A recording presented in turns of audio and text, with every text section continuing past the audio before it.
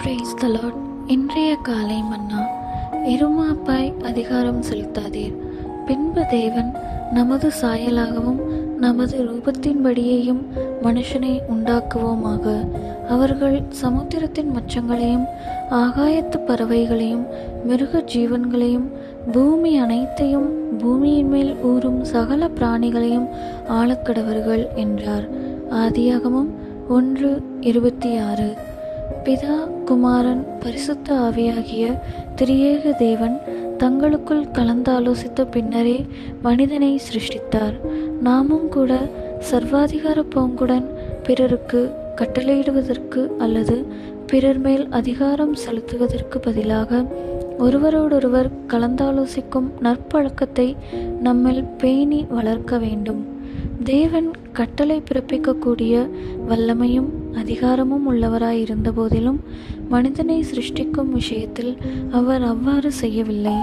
எனவே நாமும் நம்முடைய உடன் சகோதரரோடு செயல்படும்போது அவர்கள் மேல் அதிகாரம் செலுத்துகிற மனப்பான்மையுள்ளவர்களாய் இல்லாதிருப்போமாக.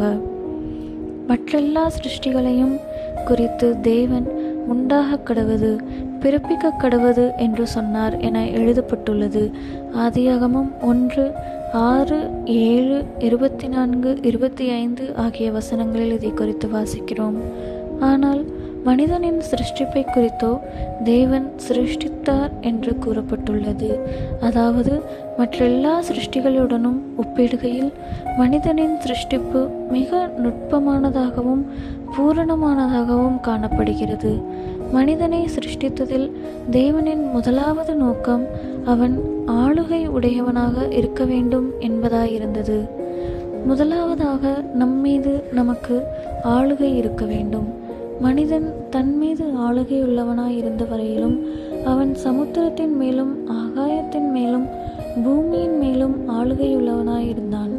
மற்றவர்களோடு கலந்தாலோசிக்காமல் நாம் எந்த முக்கியமான காரியத்தையும் துவங்க முற்படாதிருப்போமாக. பிறரை மதித்து கனப்படுத்துவதன் வாயிலாக நாம் ஜீவனில் ஆளுகை செய்து தெய்வீக ஸ்பாவத்தில் வளருகிறோம். ஆமேன்.